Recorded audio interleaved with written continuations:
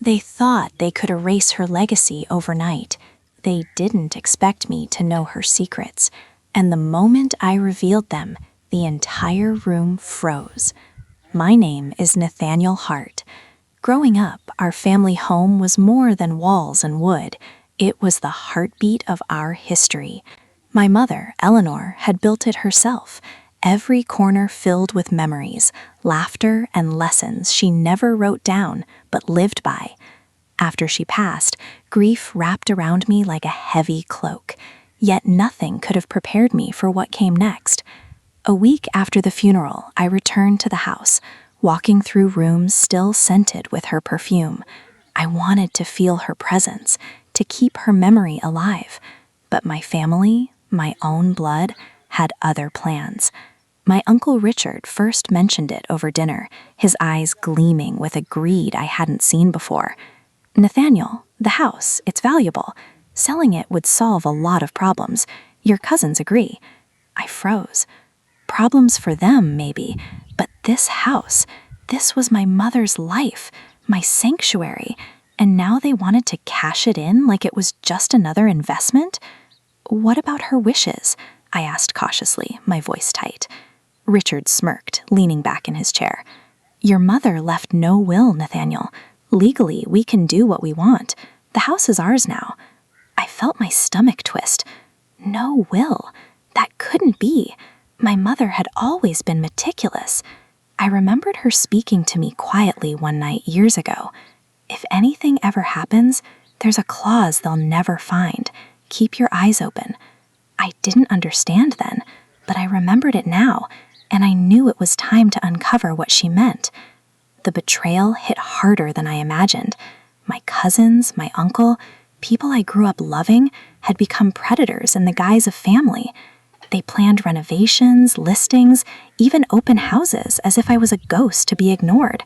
I watched from the shadows, anger and grief coiling together like a snake inside me. The first night, I stayed alone in the house. I rifled through her belongings, notebooks and drawers. That's when I found it, a small, nondescript folder hidden behind the false back of a drawer. Inside were documents that made my pulse race, legal clauses, notarized statements, and something extraordinary, a clause in the property deed that would prevent anyone from selling without unanimous family consent, and it named me specifically as the executive in any dispute. I held the papers trembling, realizing my mother had anticipated this exact scenario. Her foresight was meticulous, precise, and almost vindictive in its elegance. My heart swelled with both pride and rage. I had the ultimate leverage, but I had to be careful. Over the next few days, I began discreetly gathering evidence. Emails, messages, and recorded conversations between my family members revealed their eagerness to sell and their plans to circumvent me. Each piece fueled my strategy. They thought I was grieving quietly. They were wrong. The day came when I formally challenged their attempts. I requested a family meeting, casually inviting every member who had supported the sale. I arrived with the folder in my briefcase, exuding calm confidence. "Before any of you proceed, there's something you need to see," I said, placing the documents on the table. The room fell silent, eyes narrowing. "What's this?" Richard asked, his tone sharp. "A clause in the property deed, one you clearly overlooked. My mother anticipated this moment. The house cannot be sold without my consent, and I am the executive in any dispute." Laughter bubbled from the room at first, disbelief coloring their faces. "You can't stop us, Nathaniel," one cousin sneered. I smiled, leaning forward. "Actually, I can, and I will." From there, the confrontation escalated. I revealed emails and recorded calls where they schemed to sell the property behind my back. Each revelation tightened the noose around their plans, and their bravado crumbled under the weight of truth. For weeks, I maneuvered strategically. I consulted lawyers, cross-referenced the clause with property laws, and ensured that every action they took would be legally challenged. My mother had given me a weapon disguised as paperwork, and I wielded it with precision. The pivotal moment came in the courtroom. My uncle and cousins, smug and confident, believed they could push through a sale. They didn't anticipate that I had already submitted the clause to the judge. I presented every detail, the deed, notarized documents, and evidence of their attempts to sell without consent. The judge reviewed the papers, her brow furrowing as she read. Silence fell like a heavy curtain. Finally, she looked up, her voice clear and firm. This clause is valid and enforceable. Any attempt to sell without unanimous consent, including the executive, Nathaniel Hart, is null and void. I saw the shock ripple across their faces. Greed turned to panic, disbelief to fear. They realized too late that my mother's foresight had trapped them in their own ambition. Outside the courtroom, I finally allowed myself to breathe. The house, my mother's legacy, was safe. I walked through the halls afterward, touching the walls she had built with love and determination. Each room whispered her approval, her cunning, her quiet strength. But the story didn't end there.